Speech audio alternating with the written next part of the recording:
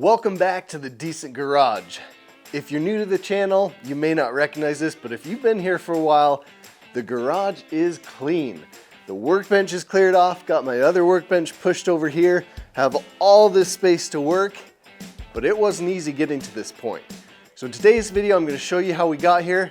Don't worry, I'm not just gonna time lapse cleaning the garage, you won't see any of that, but we had to get rid of some stuff. We had to get rid of some dirt bikes, get the top on the Jeep, we had to do some maintenance on some vehicles, and we made a pretty sweet trade that I think you guys are gonna like. So I'm trying to earn a little more money to put more money into the trucks. You know, the OG crew cab's down. I have a lot of projects lined up, so I'm gonna sell a couple dirt bikes. This is one I rebuilt a while ago, did a big bore kit on it. I haven't started this in a couple of years, so I'm gonna check the oil, see if it fires up. If it fires up, she's going on Marketplace. Okay, we're good on oil.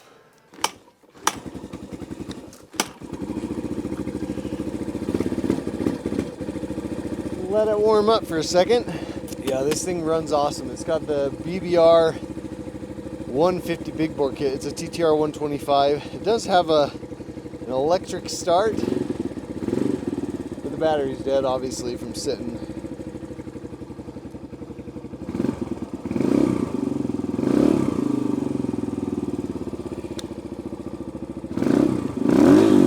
Hey! Oh! Gotta let it warm up a little more on the choke. Maybe I'll take it for a spin, but I think this is ready to list. Now this is another one I've got. It's a KLX 110.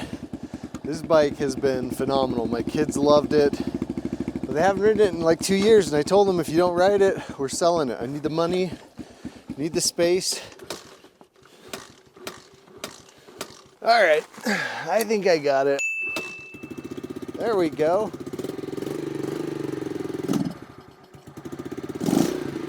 All right, she needs to warm up,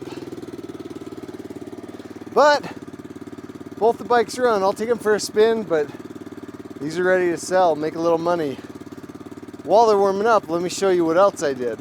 So I got my wife, Sarah, and the kids out here, and we put the top on Lieutenant Dan, and it is awesome. I've been meaning to paint the top for years, but we'll get to it next year. Just like everything, we'll get to it next year. The back opens up, stays open. This is super nice unless you're 6'4" and you clock yourself in the head on it, which is what I just did. So we got to paint the top. Still need new seats, but I have never driven this in the winter since I rebuilt it, restored it, I guess. And I've been driving it for a little bit, and the heater works amazing. The heater has never worked. I used to drive this to school in high school over 20 years ago with no heater because the heater wouldn't work. So it is pretty crazy that the heater works, but it is fun to drive. Nice and warm in there. Cool little vehicle. If you haven't seen Lieutenant Dan on the channel, I completely restored this a couple of years ago, and I've got videos of everything. So super cool little Jeep. Now, the one thing I've noticed with driving this now that it's cold, there's holes all over in the floor for the water to drain out. They're that way from the factory. So I got these little plugs that I think will fit the holes. All right, so these are the little holes, and here's the little plugs. Got a socket. Let's see if we can... Oh yeah. Yeah, that worked.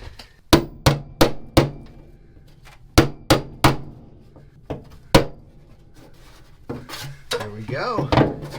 Okay, got a bunch of them, so I'll just get them all put in. So we put the plugs in, top and doors are on. Let's take it for a ride. I want to see how it is with the top on again. I'll take you guys for a ride, and we'll see how that heater performs with the plugs in the floor as well.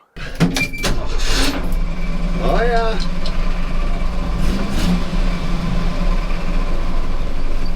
Okay, here we go.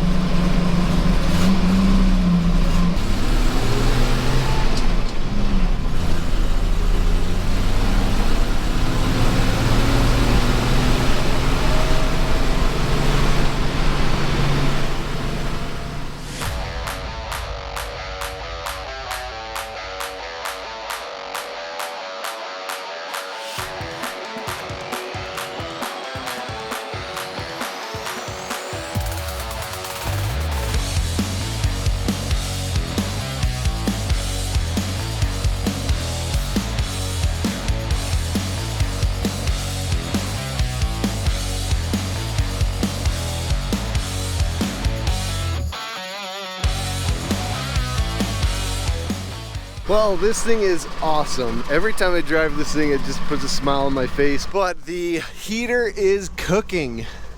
I almost felt like I needed to roll the window down. And it's got, so heat puts it out here. You can pull it on to defrost and it brings it up to the window. Kind of just trickles out on defrost, but it is warm in here. Let's get back to the house and knock one more thing off the list. Now, as you know, Long Bid Larry is done. We took it on a road trip, 1,300 miles, and it performed awesome. But there are a few little issues that came up, not huge ones, but things we need to address. The nuts holding our P-pump on came off. We're gonna pull those and Loctite them. The power steering just doesn't seem to be doing right. I think it's sucking air from somewhere, so we're gonna look at that. And then, the parking brake. We haven't hooked the parking brake back up. After those things, then we can call it done. So I've been looking at the power steering stuff and doing some research, and I think a lot of people who've had this issue say the return line sucks air in it or allows air into the system. So to test that, I added 3 more hose clamps down here on that line. We're gonna fire it up. I'll probably jack it up and turn the wheel a bunch, see if we get some air to come out, and we'll see if that helps.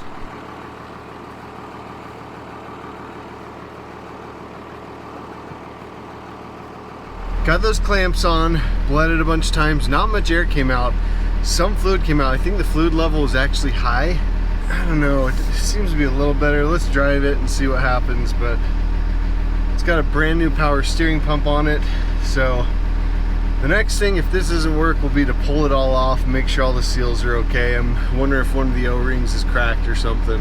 And it's always felt fine when I'm moving. It's when I'm not moving that it just feels like it won't do anything. We'll go up here to a stop sign. Okay, stationary.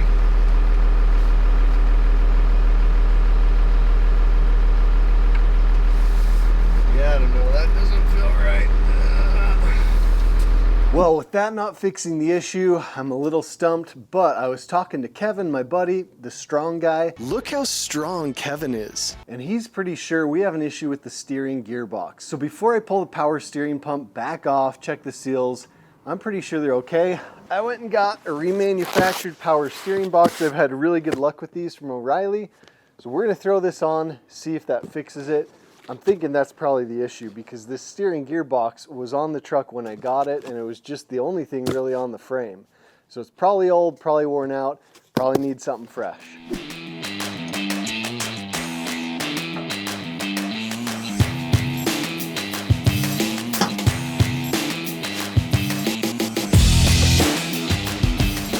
All right, we'll let those lines drain out for a little bit, then we'll pull the box. Just got to pull the steering shaft, the drag link off the pitman arm. Not too bad. I've done this in plenty of videos if you want to go back and see me actually show you how to do this.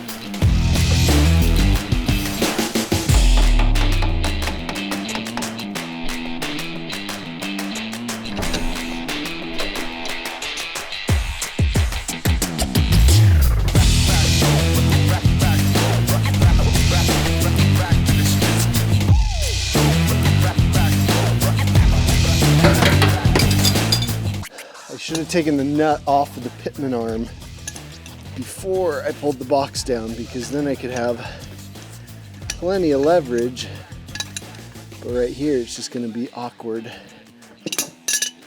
Oh, good, it broke free. Whew, that could have been a nightmare. This is a cheap tool, but one that if you're working on these trucks, you need it. It's a pitman arm puller. I have used this thing so much, and without it, it is horrible. And they're not very expensive.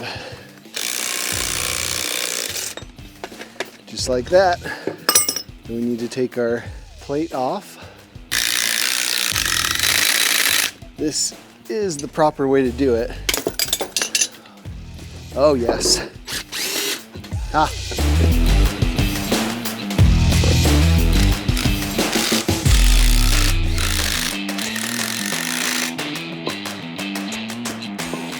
We're just gonna put the pitman arm on hand tight. We will come back and tighten it, hopefully. So this gearbox is ready to go back on.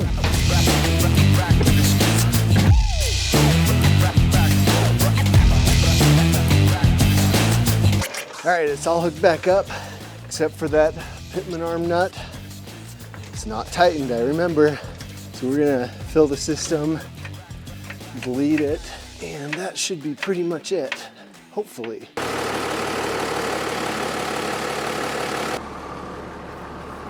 Oh yes. That is how it should feel. All right, that is sweet. It fixed the issue. At least I think. I haven't driven it yet, but the truck's all the way on the ground, weight on the tires. Running, I can just spin the wheel almost with one finger. It is way better. So, got to clean up a mess, spilled some power steering fluid. We're losing light, so we'll come out tomorrow and get the last stuff finished up on the truck so it's done and we can sell it to a new person. I can definitely say this fixed the issue. I put a lot of miles on the truck since doing this, and I stand by my word that this is the nicest riding and driving first gen that I've ever owned. Before we can get back to working on the trucks, I've got to do some maintenance on mine and my wife's daily drivers.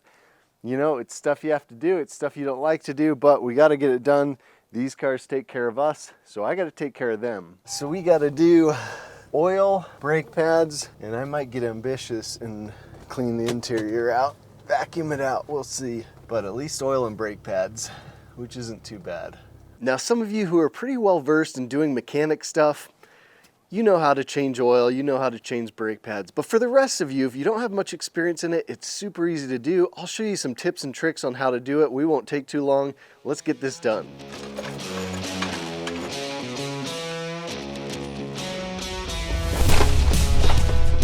So I've got the whole front of the car jacked up on my jack, and I trust this jack, but I've always been told you should have at least 3 points of contact. So if the jack fails, we are safe.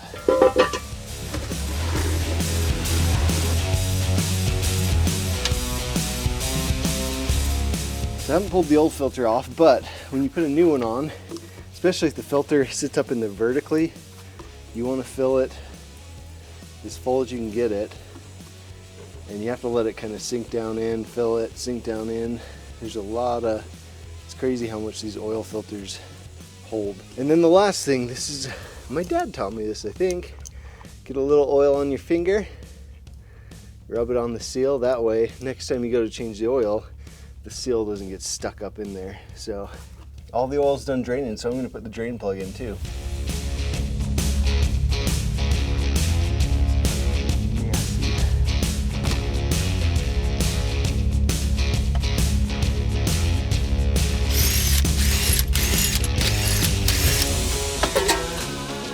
So now we've got to change the brake pads.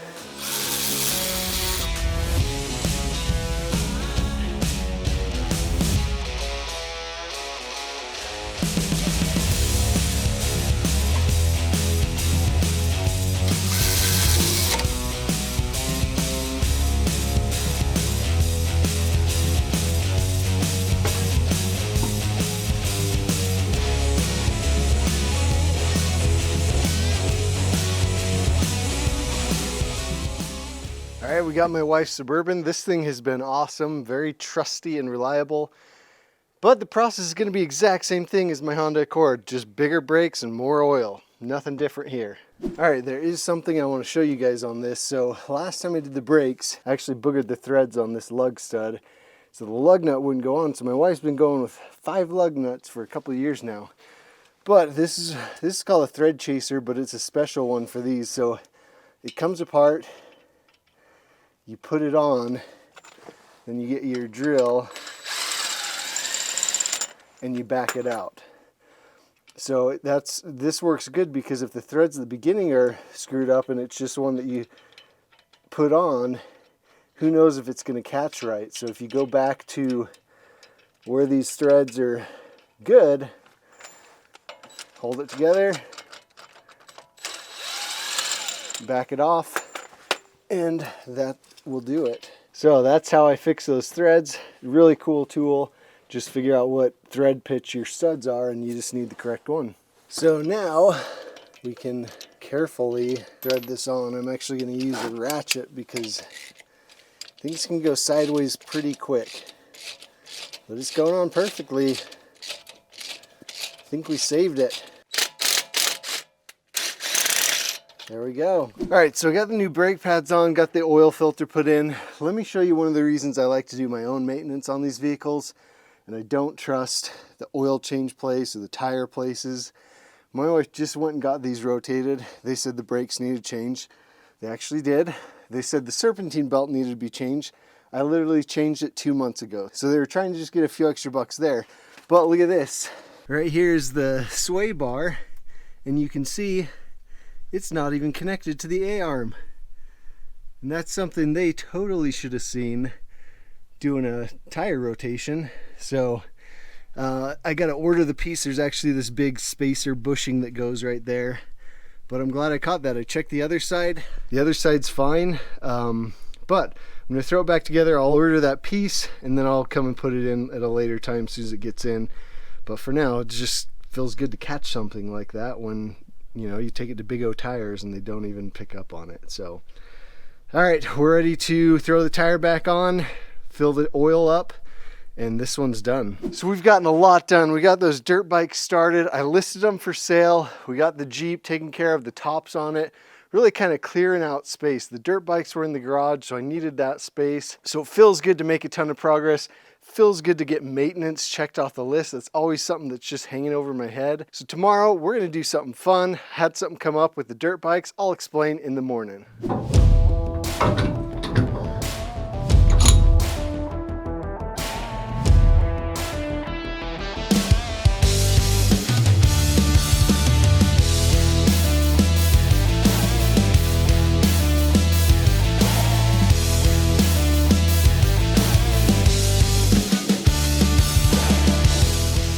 All right, so we got this bike running a few days ago and I put it up for sale and I had a trade offer come in that we're gonna take. So we're headed up to Logan, Utah to get something different.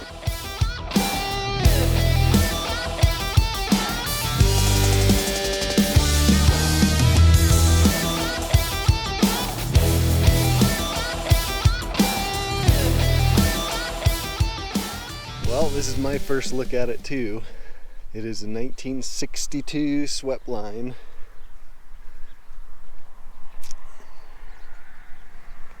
It's in pretty good shape.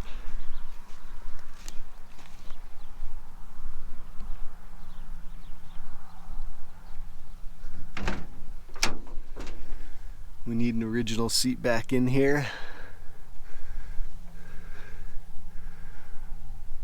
Yeah, it is in really good shape. So in the pictures it had these screwed on here. And yep, the rockers are pretty rusted behind there. I was hoping they weren't because there's not much rust anywhere else. Alright, we are loaded up. They were happy with the dirt bike. I'm happy with the truck. This has got a 318, it's a manual. And it goes into gear, that's a good sign.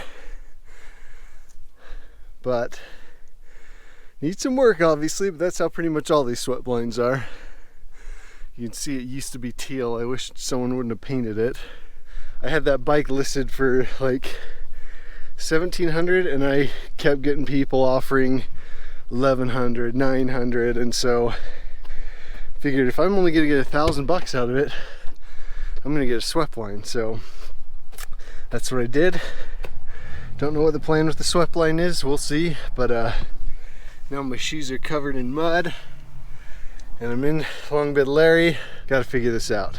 Alright, I tossed my shoes in the bed of the truck. I've got to stop at Costco, so once I get there I'll pull out and clean my shoes off. But this is why I don't like driving nice trucks. I like to be able to just hop in, not worry about it. But Long Bed Larry is just too nice, so. What a productive video. We got a bunch of maintenance done on the daily drivers. We got the Jeep taken care of. We went and traded a dirt bike for a Sweepline, straight across. This truck is awesome. For those of you keeping score on Instagram and on the channel, this is our third Sweepline. We got to get working on them. But I got the garage completely cleaned out. I've got so much room to work. The workbench is cleared off, got workbenches moved around. Look at all this space. And I've got the ultimate American truck build in the garage, and I have been pounding away on this thing. So I hope you enjoyed that video. Thanks for your support. We will see you guys in the next one.